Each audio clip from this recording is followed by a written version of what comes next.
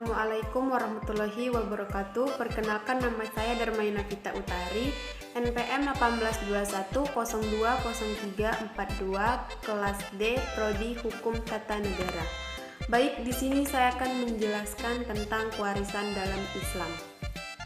Pengertian, hukum kewarisan adalah hukum yang mengatur tentang pemindahan, yang lebih tepat adalah pemindahan hak kepemilikan harta peninggalan tirkah pewaris, menentukan siapa-siapa yang berhak menjadi ahli waris dan berapa bagiannya masing-masing. Pasal 171 huruf A KHI. Secara bahasa, kata waratsa asal kata kewarisan digunakan dalam Al-Quran dan dirinci dalam sunnah Rasulullah. Hukum kewarisan Islam ditetapkan. Dasar hukum. Firman Allah Subhanahu wa taala, Quran surah An-Nisa ayat 7. Artinya, bagi orang laki-laki ada hak bagian dari harta peninggalan ibu bapak dan kerabatnya, dan bagi orang wanita ada hak bagian pula dari harta peninggalan ibu bapak dan kerabatnya, baik sedikit atau banyak menurut bagian yang telah ditetapkan. Firman Allah Subhanahu wa taala, Quran surah An-Nisa ayat 11. Allah mensyariatkan bagi kalian tentang pembagian pusaka untuk anak-anak kalian, yaitu bagian seorang anak laki-laki sama dengan bagian dua orang anak perempuan. Dan jika anak itu semuanya perempuan lebih dari dua, maka bagi mereka 2/3 dari harta yang ditinggalkan.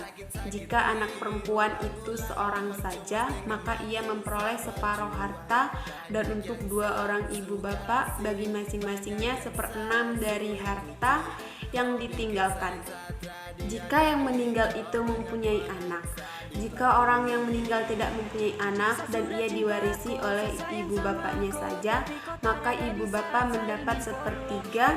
Jika ia meninggal itu mempunyai beberapa saudara, maka ibunya mendapat 1/6.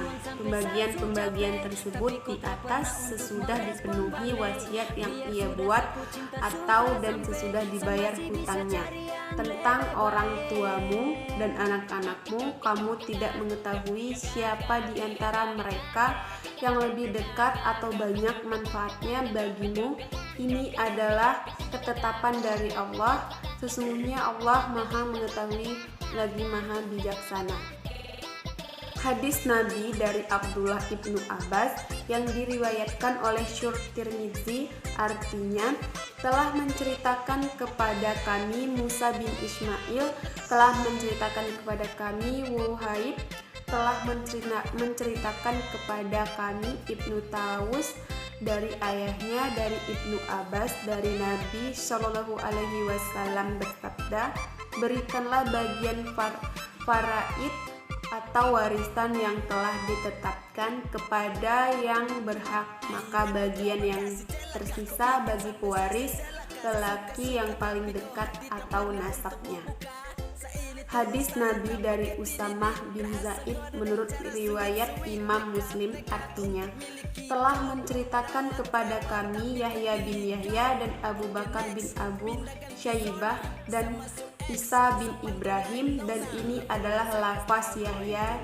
Yahya berkata, telah mengabarkan kepada kami, sedangkan yang dua mengatakan telah menceritakan kepada kami Ibnu Uyainah dari Az-Zuhri dari Ali bin Husain dari Amru bin Utsman dari Utsman bin Zaid bahwa Nabi Shallallahu Alaihi Wasallam bersabda, seorang muslim tidak boleh mewarisi dari orang kafir dan orang kafir tidak dapat mewarisi dari orang muslim. Rukun dan syarat nikah.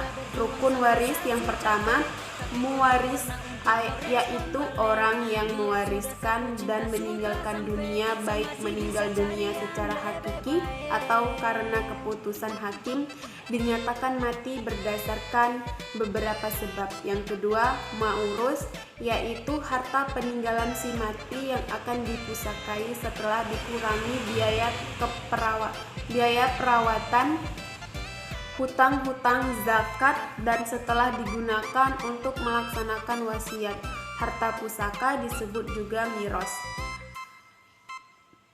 Miros, irs, turos, dan tarika.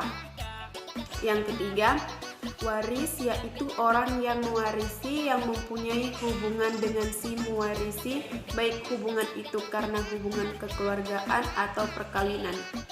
Syarat-syarat mewarisi. Waris mewarisi itu menyangkut harta benda, dan sebagaimana kita diketahui, harta benda itu mempunyai pemilik, jadi terdapat hak pemilikan yang penuh. Sekarang dengan jalan waris, mewarisi itu akan terjadi peralihan perpindahan hak pemilikan atau hak milik. Oleh karena itu, untuk terjadi waris mewarisi di sini menurut hukum Islam terdapat syarat-syarat sebagai berikut. Yang pertama, mewaris atau orang yang meninggal dunia. Yang kedua, ahli waris yang masih hidup. Yang ketiga, hubungan kewarisan yang masih sah. Sebab-sebab timbulnya kewarisan dalam Islam. Yang pertama, sebab hubungan kerabat atau nasabah. Yang kedua, perkawinan. Dan yang ketiga, wala atau pemerdekaan budak. Adapun pada literatur hukum Islam lainnya disebut ada 4 sebab hubungan seseorang dapat menerima harta warisan dari seseorang yang telah meninggal dunia. Yang pertama, perkawinan. Yang kedua, kekerabatan atau nasab. Yang ketiga, wala atau memerdekakan budak. Dan yang keempat, hubungan sesama Islam. Hilangnya hak waris mewarisi.